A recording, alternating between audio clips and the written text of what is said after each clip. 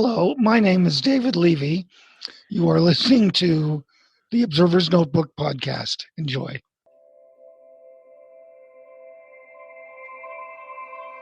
Space, the final frontier. This is the Observer's Notebook, the official podcast of the Association of Lunar and Planetary Observers. Its mission to explore the solar system, to seek out new observations and data, to boldly go where no podcast has gone before. And now the host of the Observer's Notebook, Tim Robertson. Hello and welcome to episode 182 of the Observer's Notebook, the official podcast of the Association of Lunar and Planetary Observers. My name is Tim Robertson. I'm the host of the Observer's Notebook and also the coordinator of the training program within the ALPO. Thank you for downloading and listening. The Association of Lunar and Planetary Observers collects and analyzes observations of various solar system bodies and associated phenomena, and publishes detailed reports concerning these bodies in its quarterly publication, the Journal of the Association of Lunar and Planetary Observers, also known as the Strolling Astronomer. This podcast depends upon donations from you, our listeners, to keep it alive. If you enjoy what you hear on the Observer's Notebook, you can donate to it via Patreon by giving as little as $1 a month. If you feel even more generous, for $5, you receive early access to the podcast before it goes public. For a monthly donation of $10, you receive a copy of the Novice Observer's Handbook. And for $35 a month, you receive producer credits on the podcast. You can help us out by going to www.patreon.com/Observer's Notebook. If you'd like to join the ALPO, membership begins at only $22 a year. For more information, find us at www.alpo-astronomy.org. And we're also on Facebook. Just search for ALPO Astronomy. And this podcast also has a Facebook page as well. Just search for Observer's Notebook. And if you enjoy what you hear in the podcast, please subscribe and give us a rating.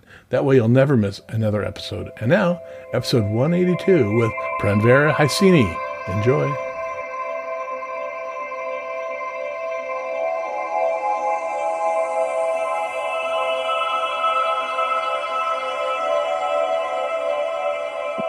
All right, I'd like to welcome everybody back to this edition of the Observer's Notebook podcast. And today we have a very, very special guest. She was first on the podcast way back in 2019. And since then, she was a keynote speaker at one of our ALPO conferences, where she was also awarded the first annual Mike Reynolds Astronomy Award, which was very well deserving. It's for those people that do great work and outreach in astronomy. She has single-handedly brought science to her community by establishing a nonprofit organization called Astronomy Outreach of Kosovo in 2015. That organization has grown into a significant entity with a global network of professional and amateur astronomers throughout her outreach activities across the country of Kosovo. Through these extensive outreach activities, AOK has had a substantial impact, reaching and engaging with over 25,000 individuals annually, and her extraordinary commitment has earned her recognition as one of the 5 most influential women in Kosovo. It's my pleasure to welcome back to the podcast, Pranvera and Hyseni. Welcome back, Pran. Thank you, Tim. It's my pleasure to be back. And you've been busy. Yeah, definitely. Doing a lot of work, trying to keep up with school and working side projects and a lot of outreach at the same time. Yeah, now you're currently pursuing your Ph.D. on Earth and Planetary Sciences at UC Santa Cruz? Yeah, this is my second year of Ph.D. In planetary science. It's a 5-year program, so I still have a lot of years to go. But it's definitely something I always wanted to pursue. I also did my master's here at UC Santa Cruz in the same field. And although it's a long commitment, when you do something that you love and you're passionate about, it definitely makes it a lot easier on me. So yeah, every day I wake up and I'm happy about what I do. I go to the lab. I'm working on several projects right now. My research focuses mostly on understanding the composition of hydrated asteroids and trying to link all of that with meteorites we have in the lab. And all of this work involves spectroscopy. So that is definitely something I'm excited about, bringing and blending all of this together, trying to understand the origin of the solar system by studying very primitive objects in space, such as asteroids and comets and meteorites. So also it's a new field. Just now we're having some space missions that we send to these asteroids. We're somehow living in the asteroid research era. And it could not have been a better time for me to start doing my research in that field. So you're going to get your hands on some of the OSIRIS-REx material? I hope so. I know my advisor is currently thinking about requesting some of the Ryugu samples from the Hayabusa mission. Okay. And as for Bennu, maybe at some point. Right now, I think everybody else wants to do it. There's a lot of fingers trying to get in there to take a look at that material right now. But definitely in the future, I would totally go for it. Great. Now, when you were first on the podcast, the main topic was the observatory in Kosovo, that you were the observatory and planetarium, that you were basically heading up that project. And since then, there have been some developments. Yeah, that's correct. When I was last in your podcast, I can't remember if it was 2020 or 2019. It was at that time. Yeah, 2019 was when we, I think, submitted this proposal to the government of Kosovo. So the idea to build the observatory came a long time ago. Before that, it was 2015, 2016, when I was starting to travel to other countries and seeing how other people, even if they're not an institution, just amateur astronomers were able to build an observatory in their yard and use it. And I figured, why can't we do something like that? And it was in 2016 when I made this drawing of an observatory that I was at that time visioning about building in Kosovo with my team. It was a small dome, a small telescope, a pier, and a mount. And how old were you at that time? In 2016, I must have been 19 or 20. Something like that. Yeah. You're dreaming of a big observatory at 19 years old. Yeah, that's like quite a long time ago, like 7-8 years ago. But at that time, the idea was small, was just to have this small dome, this telescope. But then as things progressed, we were trying to figure out how we can build it, where we can get the funding. And if we did build it, what exactly do we need? So the idea to propose this to the government of Kosovo came as a team. It was the only choice we had because this, of course, was going to cost. And then when we got the idea to propose to the government, we figured maybe we can also include a planetarium. And that's when we started to also think bigger. And in 2018, I came to NIF in New York. I was invited from Celestron as one of the young astronomers to speak at NIF. And I presented the idea that we want to build an observatory. And right after my talk, I walked by the Celestron booth. And the CEO of Celestron, he said, if you guys build this observatory, Celestron is willing to donate a C-14 telescope to your facility. Oh, my. And it was right at the time when it hit me and was like, this is to be a lot more larger than what I initially thought of having just a dome and a small pier and all of that. That's when we thought about making this like a bigger, larger facility than just something small. Therefore, one of those nights we sat with my team in a cafeteria and we decided to come up with designs on a piece of paper, drawing with a pencil. And we decided we need a dome for the telescope and how big the dome was going to be. So we decided it's going to be a 6-meter dome. This would allow a larger telescope setup. And then in case we would ever need to upgrade to a much larger telescope, then the dome would be there and would be able to host it. And then we added the planetarium on site, a 9-meter dome, which would suit or fit about 50 people or so. Then we added some conference rooms, a telescope control room, because we figured if we're going to stay up late observing, we don't want to freeze, because I've experienced that a lot in other observatories. So these were just a few necessary things we thought would be essential.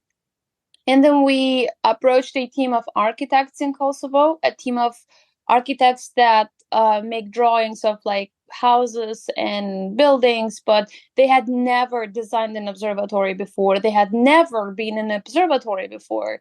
And we explained the situation that this is what we wanted.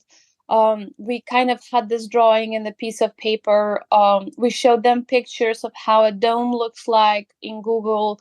We also had a lot of communication with astronomers from across the world that were advising us as to what we need with respect to the pier and the walls of the observatory, how high they should be, that the pier should not be attaching the floors, either the basement or the second floor. And a lot of tips that, of course, we did not have the expertise on. We were advised by the international community, and then we carried that to the architects who were able to put this into a system that they use to design in computer and do everything properly, all the measurements, and make this design to the finest detail. So once we had this design, there is the group of engineers who then is able to tell and estimate how much this would cost if we decided to build it. And once we had all these details, so the cost was going to be around 300,000 euros. So once we had all this, we decided to submit it to the government of Kosovo, and it was the beginning of 2019. It was January when the Parliament of Kosovo decides where the budget will be going for that rest of the year. So that's when they decide what to approve, what proposals, what not, and where to focus so that they can improve the economy and all of that. Mm-hmm. So our proposal was submitted through one of the deputies, and we watched the parliament session for the next 16 hours. It went on very long. I had never really watched a parliament session before. It was very interesting. Also very nervous, very anxious, because I wasn't sure if they would approve or not. Right. But after 16 hours of wait, we were waiting with my team, watching, having snacks, waiting and waiting. The parliament came to the project proposals that were in the category that ours was, and they voted yes. So 68 deputies voted yes. Nobody was against it. I think we only had one abstained, and we were over the moon excited because this was something that we thought we were never going to be able to pull off because of the funds. And we started trying to collect funds individually from private donors and astronomers and people, but we were not even able to gain more than $10,000. So it was difficult. If we didn't have the government support, or if we didn't do that, trying to build this just with private funds would be a whole challenge for us. Anyway, fast forward. So the parliament approved this. And now in Kosovo, when parliament approves all these funds, all the funds gets distributed to the particular ministries, depending on the section that the proposal would belong to. In our case, our funds moved to the Ministry of Education, Science and Technology, and then they were supposed to be allocated to AOK so that we could start with a building. Because of bad politics and bureaucracy and bad management, it took about 4 years for the Ministry of Education to allocate those funds to build the observatory. Reasons that I'm not quite sure why, I can't really explain. I never understood. But I and my team made a lot of effort to get those funds because at some point, it was a long time. It was 4 years. At some point, we thought that this probably was never meant to happen. Right. We would never get those funds and we would never be able to build this. And I tried to speak to them. I tried to talk to the media to make this a huge deal because it was the only power we had against the government. I even organized a protest in front of the Ministry of Education with my friends and family and other people because it was the only thing I could do before I would give up. And somehow I don't see you ever giving up. Honestly, at many times I reached a point where I was like, maybe I will die and I will never see an observatory being built in Kosovo. It was very stressing. I feel like I failed my team, I failed my country. It felt like it was a dead end. But then after 4 years, every time our politicians come, like, they change because new politicians come to position, Right. we get to vote. So we got new politicians in the ministry that were better at management, and right away we got these funds released, and we had the first foundation set on December of 2022. That's when everybody went to the property where we decided to build the observatory, which is a great location, not a light of light pollution, but also not too far away from the cities. Everybody gathered and they were setting the first stone, or how you call that. And I was here in California. I was not able to go there that day. I was stuck in school in the winter quarter, but it was very exciting for me to see that. I couldn't believe that finally it's happening after waiting for 4 years and thinking that maybe this was never going to happen. And it just suddenly, it happened. And after that, the construction moved forward very fast. So in February, the foundation was almost complete. And then in March, I was able to go to Kosovo only for 3 days. And I went there exclusively to check out the construction site, see out how everything was going. And at the time, it was just the foundation, and they had just started to build the wall of the planetarium and the observatory. So it wasn't much to see, a bunch of wood and metal sheets and all of that. But it was still very exciting because you knew that you worked so hard for something with your team, and then it's actually coming to life. And then my team would update me every single day, every single week, sending me pictures. Oh, they did this today. They did this. They did this. And by August of that year, like of last year, or like, yeah, it was August when everything was almost completed. And I had another trip to Kosovo. I went there for vacation, and I was actually able to walk inside the building for the first time. They were still working on minor stuff in the interior. They were working on putting down the tiles on the floor, on the walls, here and there. But you could still go inside and walk in each room where you designed this in a piece of paper in a cafeteria and say, like, hey, this was the control room. This is the stairs to go up to the telescope. Was that emotional for you to be there at that point? It was very emotional because I was going to a place that never existed before, something that existed only in my mind. And then actually having to live that moment when you're walking inside that place that you always were thinking about and envisioning it, and then having to do that in reality, it was very emotional. Doing that drive from my home to the observatory site, it was like the next day after I arrived in Kosovo.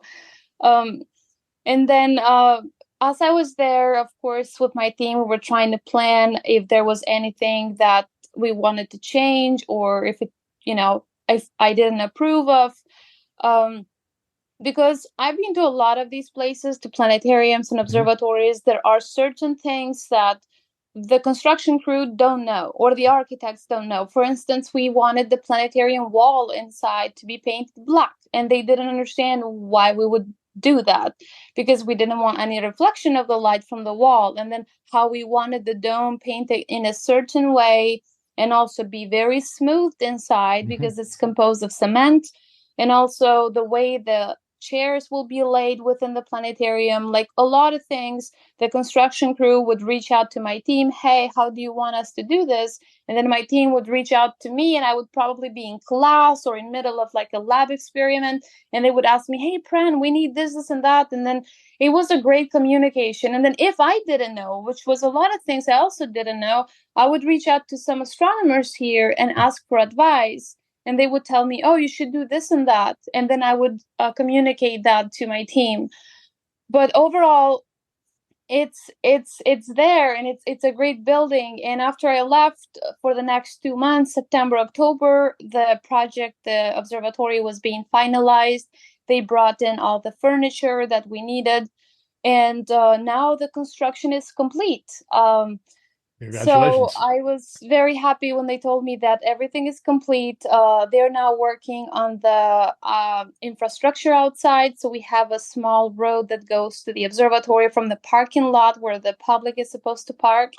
We need that asphalted. We need to install some lights on that road, maybe like red lights when the people walk by so that they don't trip. And yeah, just some touch-ups on the yard and stuff like that. But overall, it's complete, and my team and I are now planning the grand opening.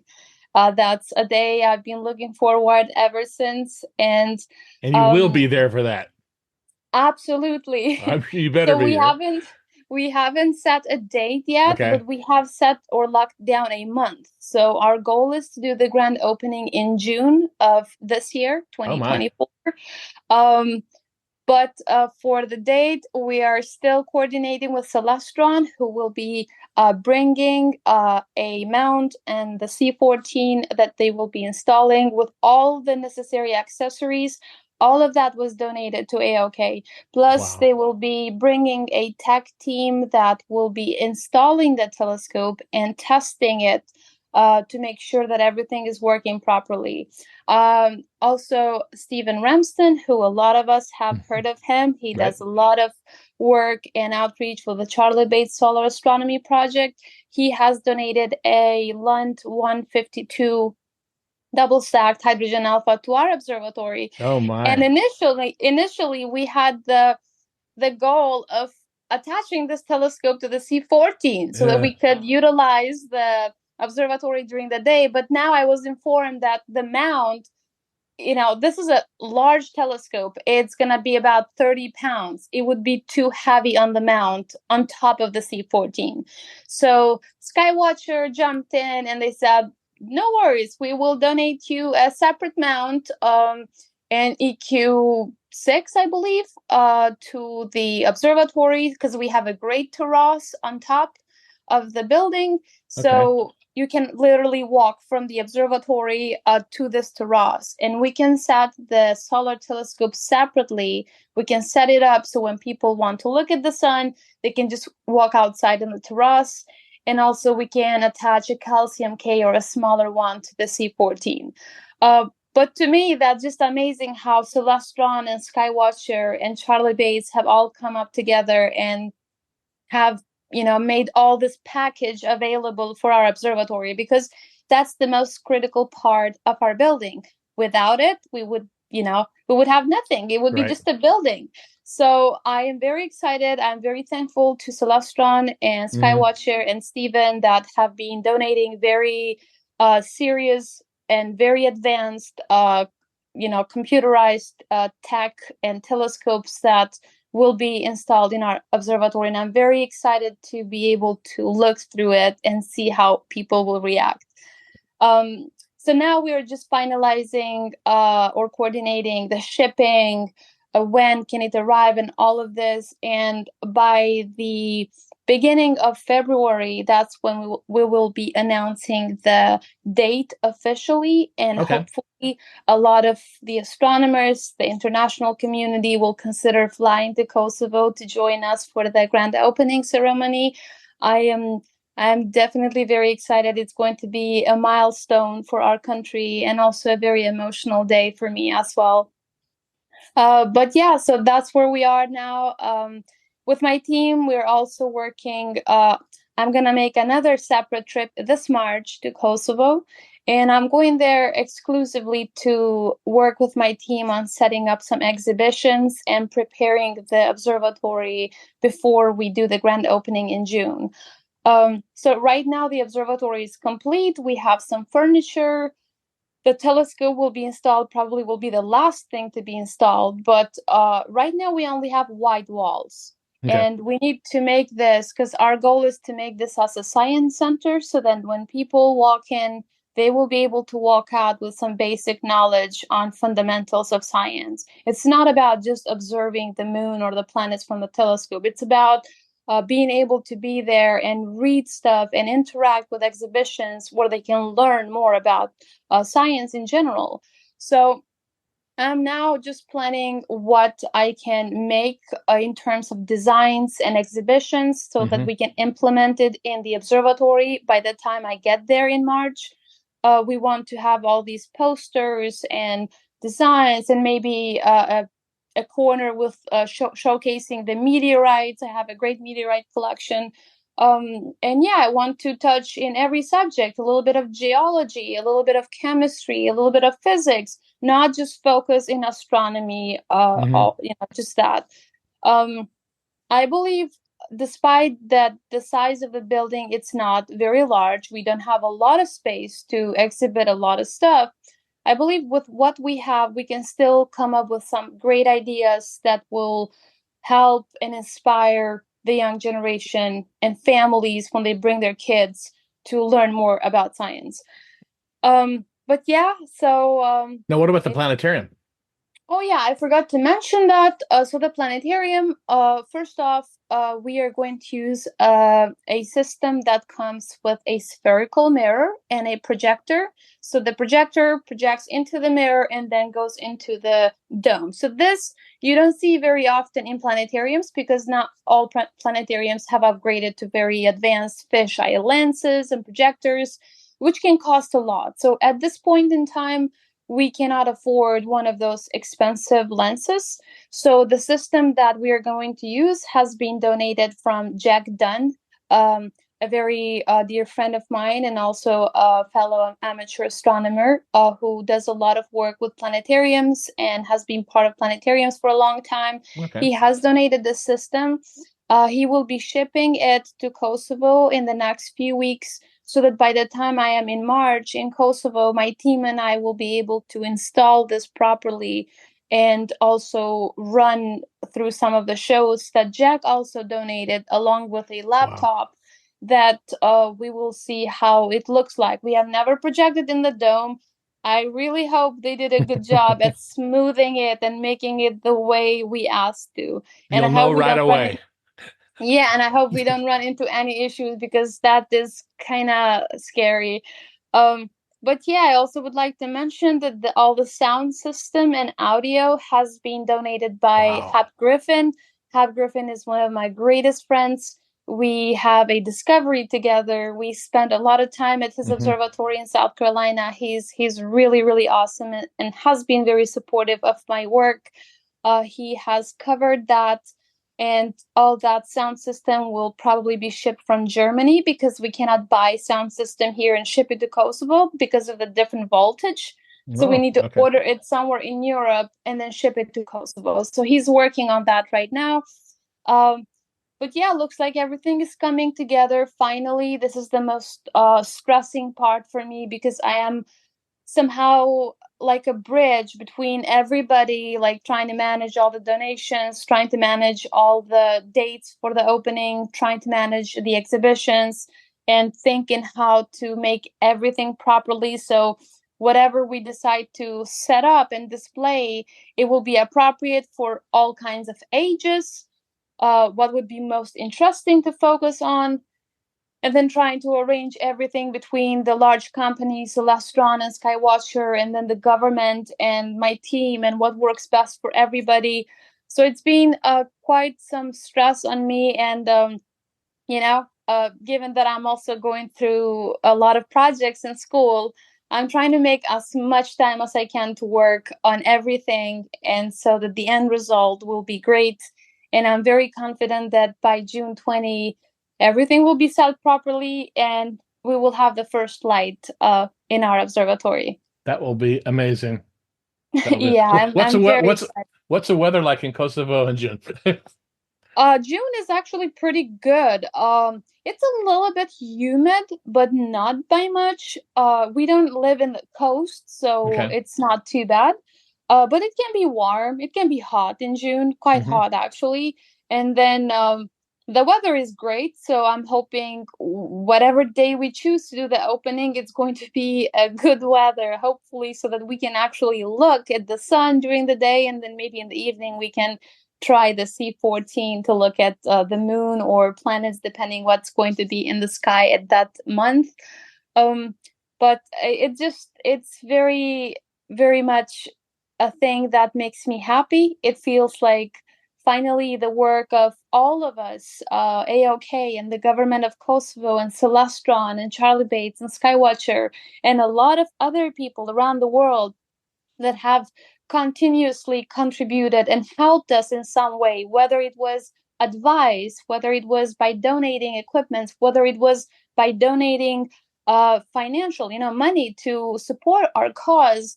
This has all played a huge role, and it's finally happening. And I'm happy that to present this to the world, because I've spent years talking about it. I've spent years telling people, oh, we're making it, we're making this happen, to the point where everybody thought that maybe she's just daydreaming, because it's not happening. Obviously, it took like years. It took about a decade almost to make this happen. But I'm glad that we didn't give up. We Right. pushed forward, we fought for it, and we're finally making, having this observatory. So yeah, if you have any question, if I left anything out, Tim, let me know, because No, there's a lot. I'm really excited for you, because since we first talked years ago, I mean, I've been looking forward to this as well. I mean, I know. and you are such a spark plug. And Oh, thank you. people I talk to in the astronomy community, they always say, "Have you talked to Pran?" Yeah. In fact, last week I interviewed Alan Hale for the podcast. Oh yeah, He says, yeah. "You got to have Pranvera on." I said, "Yeah, I'm talking to her next week." He goes, "She's the best." I said, "Yes, we all know she's the best." Yeah, So Alan is awesome. Yeah. Alan is great. Yeah. Now, is this going to be a government-run facility, or is it going to be run by AOK? This will be an AOK run facility. Maybe things will change in the future. If it was run from the government, would be much easier when it comes to funding and all of that. But right That's why I now, the asked. government we built this building, and now it's up to you to keep it running, manage it. So it's up to AOK to do all of that. And again, we have been doing outreach and volunteer work for the last decade. So, of course, we're more than excited to keep this running. But yeah, I mean, to keep a building running, you will need some funds. So we're hoping to get donations, to apply for funds, to have proposals. And also, when people visit, I'm sure there will be probably a fee for the entrance to the observatory and the planetarium. But overall, Kosovo, it's not an expensive country. It's not like running a facility here in the United States, which means that we would probably not have a huge, big trouble about running this. And we have a lot of excited people in Kosovo right now about this building that I'm sure they would make everything possible to keep it running and do a great job at it. So when you graduate, are you going to go back there and run it? A lot of people ask me that, and I would have loved to do it. Although finishing a PhD in planetary science and then just ending up running an observatory, I think I would not contribute a lot to science in that aspect. So as much as I support AOK and as much as I do my best to go there and visit and do activities and interact with people, I would see myself at a place contributing for science in a higher level and more advanced. So hopefully I would be able to work for facilities such as NASA or other institutions here in the country that work on, let's say, samples from Bennu or analyses of, from space missions and all of that. But at the same time, always supporting AOK and being behind AOK's cause.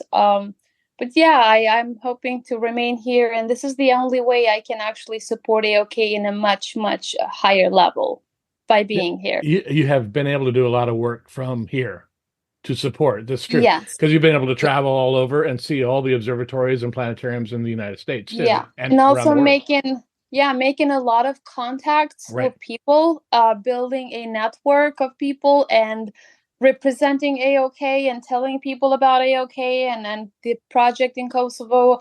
It is a big deal because having an ambassador who will represent you out there, it's very important. Otherwise, if I hadn't done it, if I hadn't traveled like I did, we would never have the telescopes, we would never have the equipment, we would never have the international community support.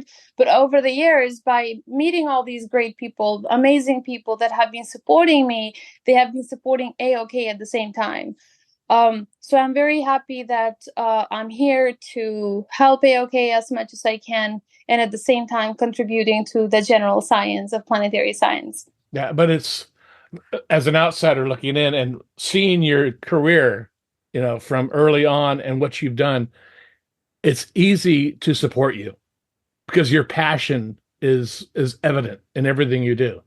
I mean, I follow you on social media and I see your passion on all sorts of different things, and it's just you're quite you're quite the powerhouse. You really are, and whatever you decide to do in your career, I'm sure you'll succeed.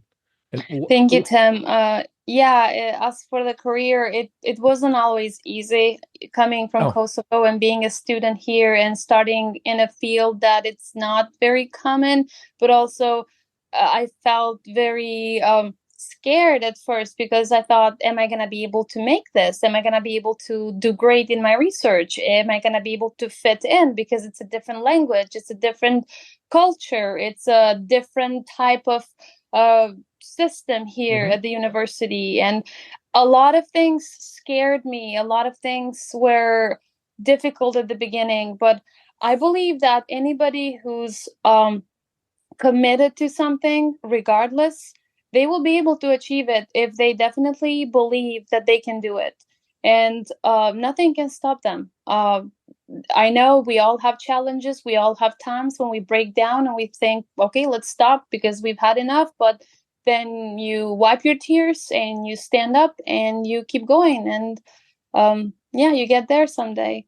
Yeah, what would you say to the 15-year-old you who made that little drawing on that piece of paper about the observatory? What would you say to her if you could go back and talk to her right now?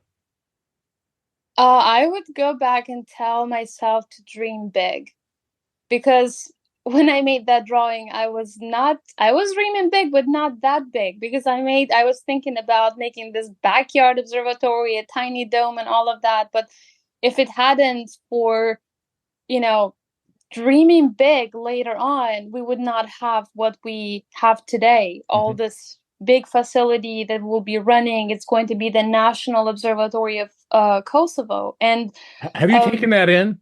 That what you just said? The National Observatory of Kosovo. Does it have a name? For now, it's only named the National Observatory and Planetarium of Kosovo. Will it have a specific name? I don't know. We haven't really discussed that yet. I can think of a name it could have, but I'm not going to say. Definitely not mine, if you're gonna think that. Yeah, okay. Yeah, but so I would tell myself to dream big and not be scared whatever comes your way, because a lot of things have happened since 2015 in personal life and also professional life, and a lot of times when you panic, you get scared moving to the next step. But this is life. You have to take risks, you have to take action, and then make things work out. Yeah. Now, you mentioned a little bit about your future. You mentioned NASA and things like that. What would you like to do in 10 years? I would like to be a research scientist. My dream is not to remain in academia, so I would not like to be a professor at the university. I have 3 advisors. I see how much work there is with respect to managing your students and funds and grants and working for a university. I feel like it's a lot of a stressful job. And I would not want to see myself doing that. Being a research scientist where I am hands-on with samples in the lab, using equipment, that is my type of dream. But also since I do study hydrated asteroids, my other dream is working for observatories, large observatories. So right now we're using NASA's IRTF. It's a 4-meter telescope in Hawaii. We use that to take infrared spectra of asteroids, and I would love to be working with a facility like that. And then on the other side, even if I'm not doing research like a constant job working with an outreach department, let's say for NASA or SETI Institute or research, Southwest Research Institute or any astronomy institutes or planetary science where I would be contributing in the outreach department and communicating science to the public. I feel I have a lot of experience on that, given all the years I've been exposed to that. Although not in a very professional way, I've been doing it as a hobby, as something that I'm passionate about. But given that now I would also have a degree that would back that up, I feel it would be something I would enjoy doing. Yeah, well, you outreach is something I see I think it's something inside of you need to do. It's because you're good at it. You communicate very well, and like I mentioned, your passion for this comes across. So I would hate to see you not just, sit in the lab all day long and look at meteorites. You definitely need to get out there and promote what you're doing and promote astronomy as well. And you're doing that with Celestron now, right? Yeah, so Celestron has been supporting me for a long time. Since I founded AOK, they have been behind my back. They have invited me to NEAF to speak there. That was my first big time talking to a large gathering such as NEAF. They have supported me in other events. They invited me to last year's solar eclipse in Texas to be with their team. They support my cause a lot, and AOK also at the same time. And here, since I've been in San Jose, I try to do some outreach. Although, we have a lot of facilities for astronomy here, it's still amazing to go out there in the city and set up your telescope and just show the public. And it's amazing that even here in the United States, there are a lot of people that have never looked through a telescope. But Celestron has been supporting me a lot. They have donated a lot of equipment because all the telescopes I have left them behind in Kosovo for AOK. So I brought nothing back here. I started from scratch. So I had no telescopes. Some of my friends have donated some of their gear that they had sitting in their garage and they were not using. But then Celestron has completed some of it. They've sent me better mounts, battery packs, other accessories that I need. And at the same time, for me, it's been a pleasure representing Celestron, not as just one of the really great telescope brands, but also the fact how much Celestron invests into promoting science and astronomy and outreach. And I think it's one of the only companies that puts so much effort into this field and not just selling their product. So that's what I love most about Celestron, and I'm happy to be working with them. It's a great group of people. It's really, really nice to be affiliated with them. So yeah, that is what I've been mostly focused on here, apart from going to class and keeping up with research. Yeah. So how do you like California? I love California. I love the weather. My dad loved it here when he visited me last year. And after he came here and spent 4 months, we took a trip all over Europe and we visited all the countries. And when we went back in Kosovo, he said, it's California. He couldn't change it with any other countries. None of the countries changed his mind. And I feel the same. I love California. It's a great weather. Yep. It's the San Jose city. It's not very large like LA. We don't have that traffic. San Jose is a fun city too. Yeah, it's not very small either to be constrained with a lot of things like Santa Cruz. I think it's small, and I'm happy that I decided to reside in San Jose, but my school is in Santa Cruz, so I still commute all the time to Santa Cruz. It's a 45-minute drive, but I'd rather do the drive than. So that's 10 miles? Yeah. But But yeah, I like San Jose. And the only thing about California is now that I have lived here for over 3 years, I'm starting to understand the expense, what it means living in California, the tax standpoint, and property tax and all of that. But overall, it's great here. Yeah, you bought a place, didn't you? Yes, I own a house here in San Jose. Very good. Well, it's nice to have you as a resident. Thank you. Keep Where paying are your you taxes. located, Tim? Are you also? I'm in Southern California, in Ventura. Okay. Yeah, it's just south of you. Yeah. Very cool. Awesome. Yeah. So anything else you want to share with the group? Hopefully by the time we make the announcement, I hope everybody will keep an eye with my posts on social media if you follow me. And very soon, in the next week or two, we will make the announcement about the date of the grand opening for the observatory. Okay. And keep an eye out for it, and hopefully you will consider attending. Oh, I would love to. Tim. Yeah. Well, are there thoughts to live stream the grand opening?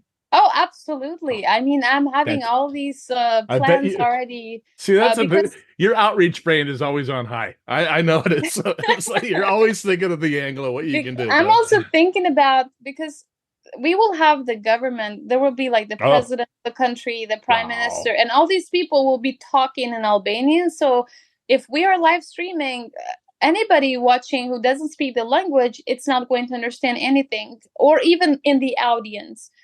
So we are already planning on who to get that will be able to translate as they speak on the live feed, but also for the public. That is, and you have all these headphones, somebody sitting at the end. There are people and companies that do that, so I have to contract somebody to be able to do it. But yeah, I have a lot of things that go through my head all the time, and then I'm planning how and in between dissecting meteorites and going to class. Yes. Okay. But thank you, Tim. Thank you for having me back. It's always a pleasure to be in your podcast, and I hope to cross paths soon in person. I hope so too. You take care. All right.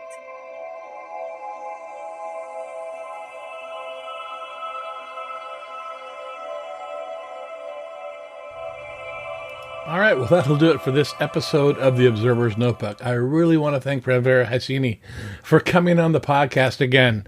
She's an amazing guest, and I hope you all have a chance to follow her on social media and see what she's up to. And we are really looking forward to her opening up the observatory in Kosovo. That's really exciting times. We upload a new episode of the Observer's Notebook on the 1st and 15th of every month. You can subscribe to us on iTunes. If you do, please rate us and review us. It really helps us out. Also listen to us on Apple Radio, iHeartRadio, Soundcloud, Spreaker, Google Play, Stitcher, Amazon Echo, Spotify, and this podcast is also available on the ALPO YouTube channel. You can help support the podcast by donating to it via Patreon by giving up to $35 a month, where you receive 1 year's membership to the ALPO and producer credits on the podcast. And with that, I want to thank the producer of this podcast, Steve Siedentop, and Michael Moyer for their continued generous support of the Observer's Notebook. Thank you very much, gentlemen. The link for Patreon as well as the link for the ALPO is in the show notes. If you'd like to get a hold of me, my email address is commentman@commentman.net or on Twitter at @ObserversNBPod. Until next time, I hope that you always have clear and steady skies. Thanks for listening.